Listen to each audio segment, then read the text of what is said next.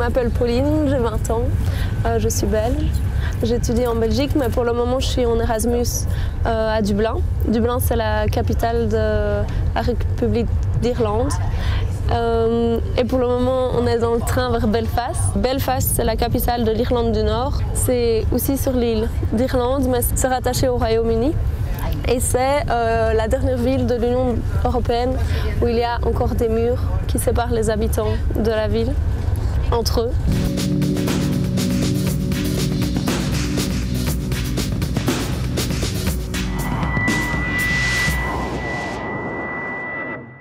Le mur, il est entre quoi et quoi pour toi?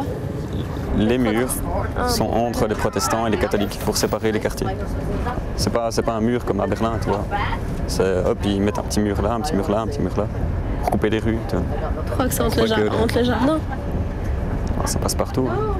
Tu vois, ça c'est les murs. Tu vois. Ah mon Dieu, il y en a plein. Tu vois, ici. Mirrors. Et ça, dans leur tête, c'était pour calmer. Ça a marché, hein. Ça a marché. Ouais, parce que maintenant, ça s'est calmé. Tu crois? Ouais, d'office. Non, si tu construis des murs, c'est pour te rappeler tous les jours qu'il y a ce problème-là.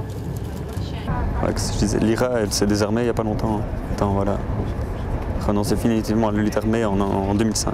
En 2005 ouais. C'est qui Gary Allen? C'est le président de Sinn Féin. Qui est le parti politique de l'IRA en fait. Je ne sais plus combien de voix à l'Assemblée. Et les autres, ils n'avaient pas d'armes? Si, bien sûr. Les loyalistes, qui eux prônent pour garder l'Irlande du Nord dans le giron anglais. Maintenant, tu crois que les habitants, ils en pensent quoi? Je sais pas, on verra.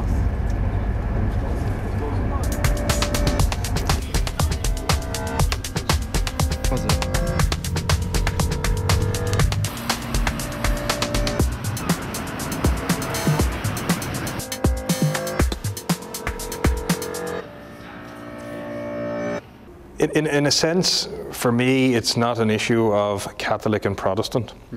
It's an issue of the contested nature of the national identity between Britain and Ireland.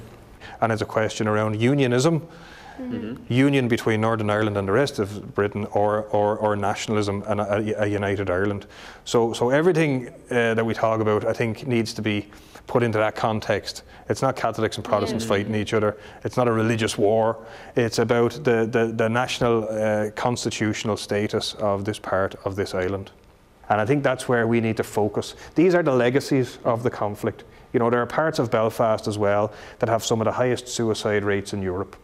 There are parts of Belfast that have an extremely disproportionate amount of people who are on prescription drugs and who are addicted to substances like alcohol and stuff like that. These can be connected with the legacies of the Troubles. People who've grown up with tension at their doorstep every day. People who live, and there are people who live with a 50 metre wall at the back of their garden. You know,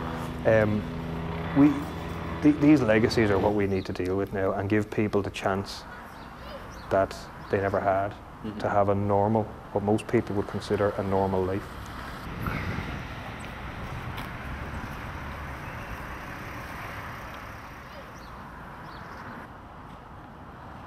So this would be a Protestant area, and over that side there would be Catholic area. As I say, you can see There's a church. the fence. Do you see the big fence? That had to be built right after they built the bridge. So there's a peace wall. What they would call a peace wall down there. Now they have somebody had the sense to build this big mound, which actually was higher than the peace wall. Which meant all they had to do was walk over there and start throwing stones at them and bricks and whatever they wanted at them houses. See if they park their car, they have to put carpet. Big sheets of wood and all over their car.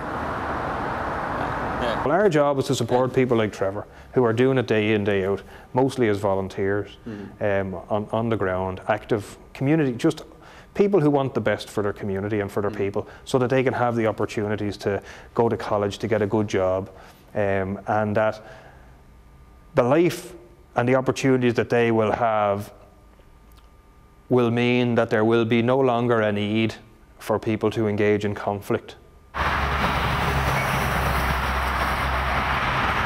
It's the same as exactly over there was the same thing. These people have got exactly the same problems as what we have. It's like a mirror image. Yeah. They've got youths out of control.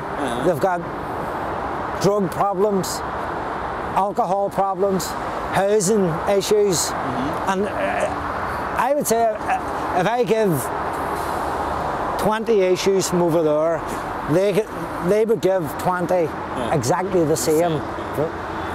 Because there's, apart from a religious thing, there's nothing different between the two sides. It just took a long time to try and work that out. And to tell everyone it's the same. Yeah. Sometimes it's hard. I'm not saying it's all rosy and everything goes all right. Just some people don't want to change. Yeah.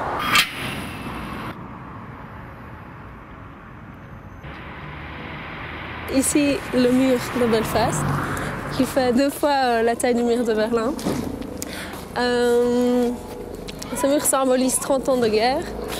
Il est encore là aujourd'hui.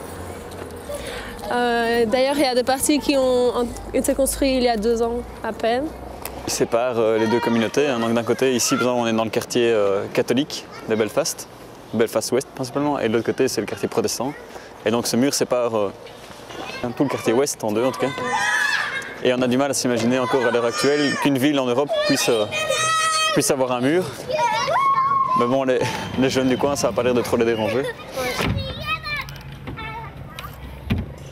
Il y a un réel sentiment de sécurité qui se crée grâce à ce mur, mais d'un autre côté, on sépare complètement les deux communautés l'une de l'autre, et ce qui fait qu'on ne peut pas régler le problème avec ce mur. On règle la violence, mais on ne règle pas le problème global de ce qui se passe encore maintenant à Belfast.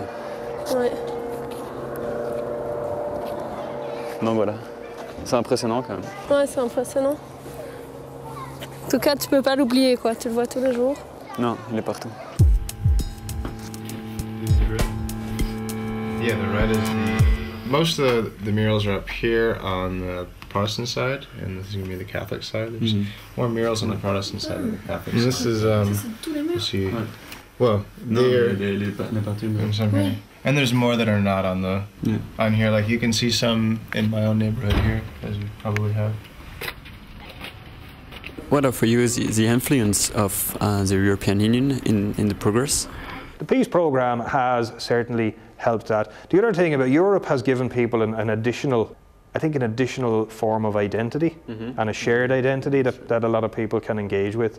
And I think that's been very important over the last, say, 20 odd, 30 years, that Europe has been beneficial to places like this.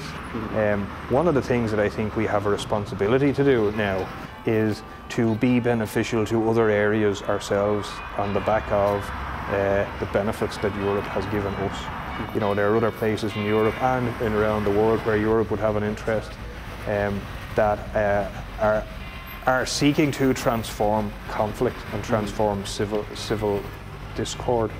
And I think it's important that we share the experiences that we have. The next one there over in Spain, you have the 3 independent regions in Spain. You have Galicia, Catalonia, and you have the Basque Country. And so that's kind of a symbolage of part of a country that wishes to be free, kind of what that means. And of course you have Che Guevara of Cuba getting their freedom. I was at an event this morning just there where there were people there from Colombia, Palestine, Sri Lanka, and Belfast, and the whole topic of the conversation was around the development of children in post-conflict societies.